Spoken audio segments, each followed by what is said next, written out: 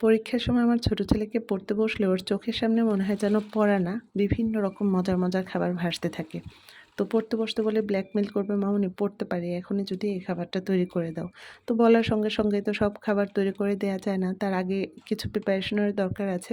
তো গতকালকে white pasta খেতে চেয়েছিল, তো তখন চিকেনটা নামানো ছিল না, বললাম আজকে তৈরি করে দিব।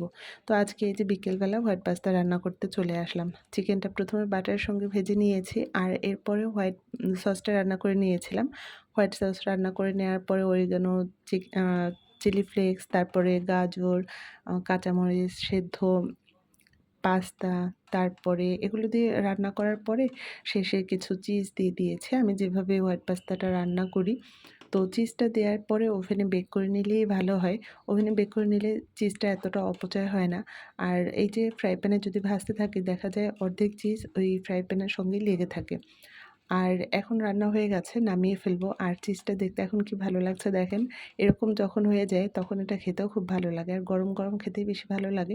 ঠান্ডা হয়ে গেলে চিজটা ততটা বোঝা যায় না। রান্না হয়ে গেছে, এখন এটা দিয়ে ওদেরকে শান্ত করে নিই।